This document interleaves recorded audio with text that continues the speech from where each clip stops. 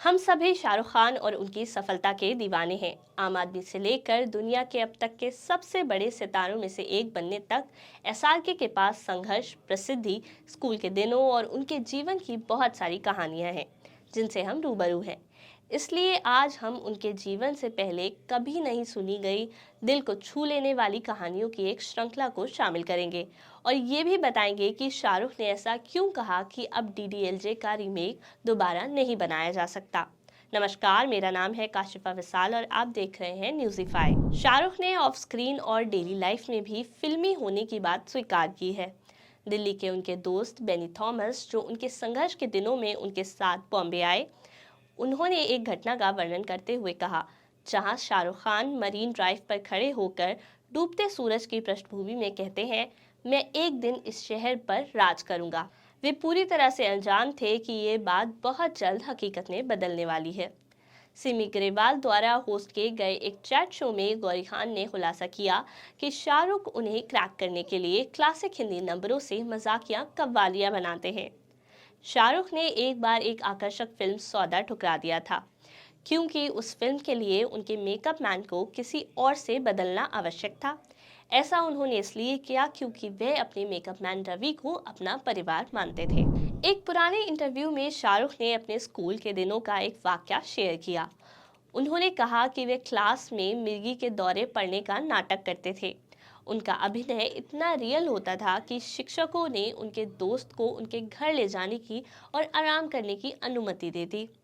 उसके बाद जो हुआ कि उन्होंने उनके ग्रुप के शरारती पक्ष को भी साथ ले लिया।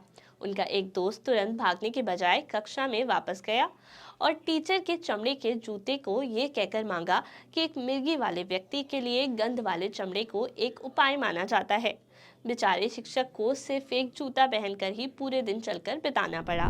बॉलीवुड में अपने शुरुआती दिनों के दौरान शाहरुख खान का इरादा केवल 3-4 फिल्में करने का था और अपनी मां की देखभाल करने के लिए दिल्ली वापस जाना था, जो कि डेथ बेड पर थी।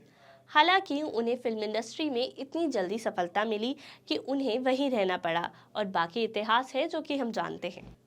आइए अब जानते हैं कि शाहरुख ने ऐसा क्यों कहा कि वे अब डीडीएलजे दोबारा नहीं बना सकते। 1995 में एक युवा निर्देशक आदित्य चोपड़ा ने हिंदी सिनेमा को अपनी पथ हिट दिलवाले दुल्हनिया ले जाएंगे अपने समय के अनुरूप एक फिल्म दी और इस प्रक्रिया में एक नई शैली का निर्माण किया, एनआरआई प्रेम कहानियां।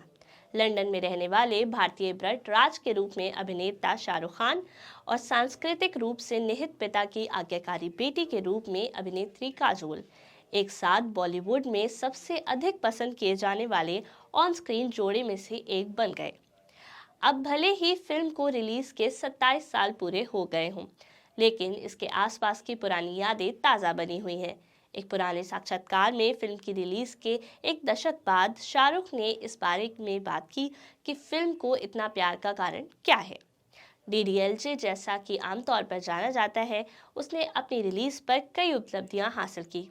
अब तक यह भारतीय सिनेमा के सिनेमाघरों में सबसे लंबे समय तक चलने वाली फिल्म बनी हुई है और सबसे ज्यादा कमाई करने वाली हिंदी फिल्मों में से एक है। एक साक्षात्कार में फिल्म के मैराथन बॉक्स ऑफिस के पीछे के कारण के बारे में पूछे जाने पर शाहरुख ने कहा, मुझे लगता है कि उस समय क्या हो रहा था कि फिल्में बहुत ही एक्शन उन्मुख थीं और अचानक आपके पास एक फिल्म थी जो बहुत ही अलग थी। एक महीने में जो कुछ हो रहा था वे उसके विपरीत था, क्योंकि आमतौर पर हीरो हीरोइन भाग जाते थे, जबरदस्ती शादी कर लेते थे। अभिनेता ने कहा, मुझे लगता है कि इस फिल्म की पूरी प्रगति यह थी कि पहली बार आपके पास एक लड़का है और एक लड़की है जो अचानक कहते हैं कि हम माँ बाप को समझेंगे, उनसे बात करेंगे और हम में कोई खामी नहीं है। और घर से भाग जाना और शादी करना तो पुराना फैशन हो गया है। तो मुझे लगता है कि वो बात थी। शाहरुख और काजोल ने अंततः कुछ कुछ होता है, कभी खुशी कभी गम, माय नेम इज खान और दिलवाले जैसी और भी फिल्में की। हालांकि पथ डीडीएलजे के रीमेक का कभी प्रयास भी नहीं किया। इसके बाद साक्षात्कार में शाहरुख ने खुलासा किया कि फिल्म की कास्टिंग और क्रू इतना अनोखा क्यों हो गया। उन्होंने कहा, मुझे लगता है कि जिन लोगों ने आदित्य चोपड़ा और करण जौहर के लिए फिल्में बनाई थी, उनमें हमारे साथ बहुत सारे युवा थे।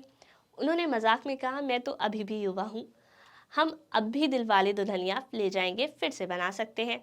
लेकिन अभिनेता ने एक गंभीर नोट पर फिर से शुरू किया और कहा, हम सभी दोस्त थे या दोस्त बने रहे थे।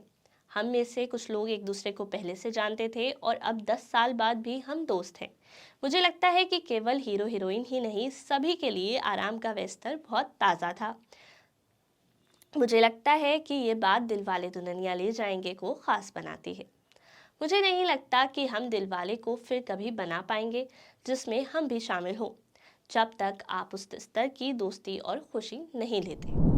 तो कैसी लगी आपको हमारी आज की ये शाहरुख खान से जुड़ी हुई कहानी? कमेंट बॉक्स में कमेंट करके ज़रूर बताएं और हमारे चैनल को सब्सक्राइब करना ना भूलें। अगर आप ये वीडियो हमारे फेसबुक पेज पर देख रहे हैं तो इसको लाइक और शेयर करते चलें।